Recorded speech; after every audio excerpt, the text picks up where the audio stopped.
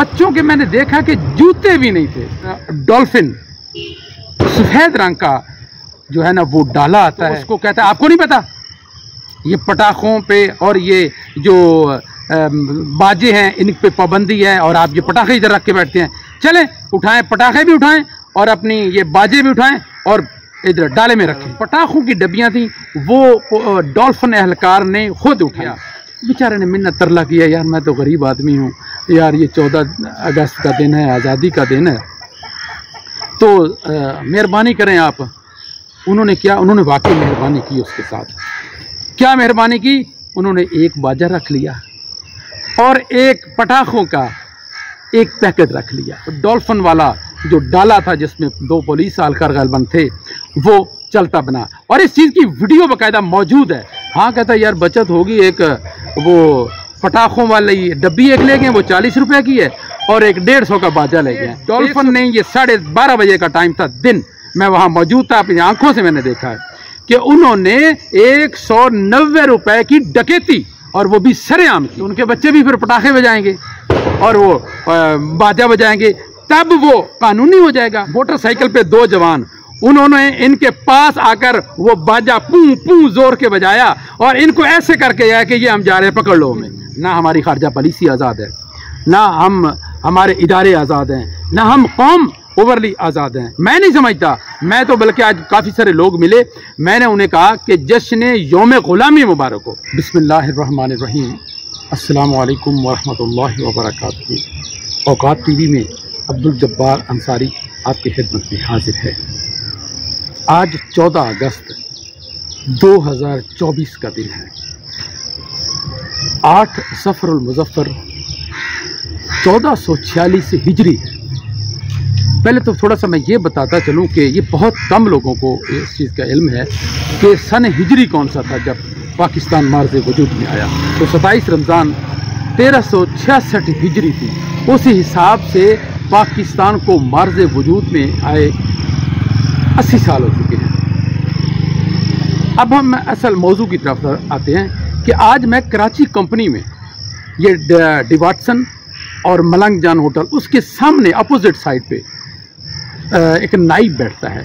उस नाई के पास एक फ्रूट वाला भी खड़ा था और एक पीछे रेडी वाला भी फ्रूट लगा के केले वाला खड़ा था। अच्छा, उधर नाई चूँकि आज नहीं था तो उसकी सीट खाली थी, मैं भी उस सीट पे बैठ गया इजी होके, और साथ में उस जहाँ फ्रूट वाला वो खड़ा था ना, उसके आगे एक पटाखे और ये शुरलियाँ और ये बाजे और झंडियों वाला एक गरीब, बिल्कुल बेचारा गुफ्ता भी हालत में था। वो, उसके बच्चों के कपड़े, बच्चों के मैंने देखा कि जूते भी नहीं थे, इतनी नागुफ्ता बे हालत थी, गरीब आदमी। पता चला कि ये बंदा मुल्तान से स्पेशल यहाँ जो है वो ये 2-4 दिन लगाने के लिए आया है कि जश्न आज़ादी पे को थोड़ा सा काम कर लें, तो फिर हम जो है ना अब बच्चों का रोज़ी का कोई सिलसिला चल जाएगा। तो इस दौरान जब मैं भी वहाँ बैठा था, 2-3 आदमी और भी बैठे थे, फ्रूट वाला भी खड़ा था। इसी असना में एक डॉल्फिन सफ़ेद रंग का जो है ना वो डाला आता है, उसमें 2 पुलिस एहलकार होते हैं। वो आकर वही जो बेच रहा है बाजे और शुरलियाँ और पटाखे और झंडियाँ, उसके पास आके रुकता है और जल्दी से एक डॉल्फिन जवान जो है ना वो निकलता है। उसमें दाढ़ी भी रखी हुई थी छोटी छोटी, मेरी तरह हल्की हल्की। वो निकलता है तो उसको कहता है, आपको नहीं पता? ये पटाखों पे और ये जो बाजे हैं इन पे पाबंदी है, और आप ये पटाखे इधर रख के बैठते हैं। चलें उठाएं, पटाखे भी उठाएं और अपनी ये बाजे भी उठाएं और इधर डाले में रखें। वो गरीब आदमी था बेचारा, वो बेचारा उसने उठाया 3 मैंने देखा बाजे, उसने एक हाथ में उठाए हुए थे, एक हाथ में एक बाजा उठाया हुआ था, और जो पटाखों की डब्बियां थी वो डॉल्फिन एहलकार ने खुद उठाई। अच्छा, अगली सीट पे ड्राइवर बैठा हुआ था, उन्होंने कहा ये पिछली सीट पे इधर रख रही है सामान। तो उसने वो सामान उधर जब रखने गया, बेचारे ने मिन्नत तरला किया, यार मैं तो गरीब आदमी हूँ यार, ये 14 अगस्त का दिन है, आज़ादी का दिन है, तो मेहरबानी करें आप। उन्होंने क्या, उन्होंने वाकई मेहरबानी की उसके साथ। क्या मेहरबानी की? उन्होंने एक बाजा रख लिया और एक पटाखों का एक पैकेट रख लिया। अच्छा, हमें नहीं पता, हम तो पीछे बैठे थे, हम सब कुछ देख रहे थे। पहले मेरे माइंड में आया कि मुदाखलत करें, फिर हमने कहा नहीं चलो छोड़ें, कोई बात नहीं।